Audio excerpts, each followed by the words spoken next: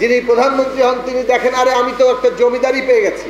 যেই ক্ষমতায় যায় ক্ষমতা চিরস্থায়ী করতে চায়, একটা নির্বাচন পর্যন্ত করতে পারে না। একটা ফ্যাসিস্ট সরকারের পতন ঘটানো হয়েছে। গণ অভ্যুত্থান হলো, তখনও আরেকবার মানুষ আশাবাদী হলো যে এইবার বোধহয় গণতন্ত্রের পক্ষে হাঁটবে, কিন্তু তারপরও আমরা দেখলাম একই বৃত্তে ঘুরপাক খাওয়া। বাংলাদেশে মানবাধিকার এবং গণতন্ত্র এবং ইত্যাদি পরিস্থিতি নিয়ে তাদের অবস্থান জানতে চাওয়া, সেইটা বাংলাদেশের প্রশ্নটিকে আন্তর্জাতিকভাবে তুলে ধরতেও একটা গুরুত্বপূর্ণ ভূমিকা রেখেছে। এবং সবচেয়ে বড় ব্যাপার হচ্ছে বাংলাদেশের জনগণের গণতন্ত্রের সংগ্রামে সারা দুনিয়ার গণতান্ত্রিক শক্তি, গণতান্ত্রিক বিশ্ব যাতে এটাকে সমর্থন করে, সেই সমর্থনে এগিয়ে যাওয়ার পথ রচনা করেছে।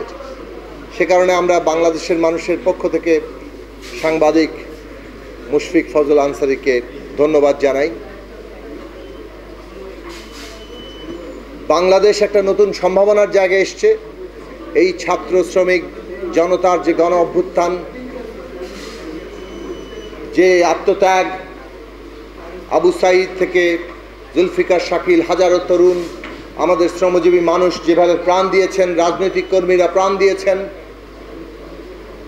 হাজার হাজার মানুষ আহত হয়েছেন, একটা বিভীষিকাময় রাষ্ট্র বাহিনী যে অত্যাচার, সেই অত্যাচার মোকাবেলা করে সমস্ত ভয়ের রাজত্ব ভেঙে দিয়ে একটা ফ্যাসিস্ট সরকারের পতন ঘটানো হয়েছে। এইটা বাংলাদেশের সামনে এমন এক সম্ভাবনার জায়গা তৈরি করেছে, যেই সম্ভাবনা আমাদেরকে এইবার বাস্তবায়ন করতেই হবে। আমাদের ইতিহাস আমরা দেখেছি, 1971 সালে এত রক্ত দেওয়ার পরও, এত রক্তের উপর দাঁড়িয়ে যে রাষ্ট্র পত্তন হয়েছে, সেই রাষ্ট্র কিন্তু প্রতিশ্রুতি অনুযায়ী হয়নি।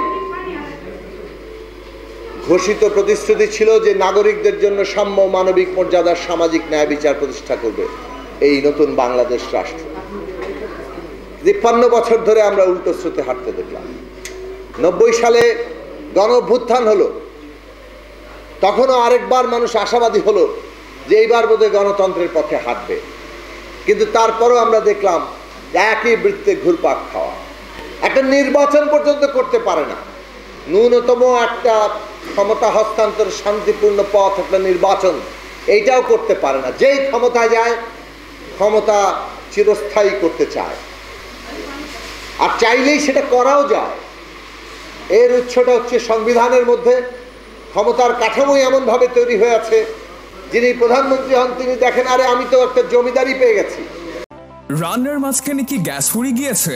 আর নয় দুশ্চিন্তা, এক কলে মুহূর্তে গ্যাস সরাসরি পৌঁছে যাবে আপনার বাড়িতে। হ্যাঁ, আপনি ঠিকই শুনছেন। আপনাদের সকল সুযোগ সুবিধার কথা ভেবে বিপি গ্যাস সেন্টার আপনাদের সার্ভিসটি প্রদান করছে। কেননা বর্তমান সময়ে গ্যাস ফুরিয়ে যাবার পর পুনরায় গ্যাস নিয়ে আসা অনেক কষ্টসাধ্য, আর সেজন্যই বিপি গ্যাস সেন্টার দিচ্ছে ফ্রি হোম ডেলিভারি সার্ভিস।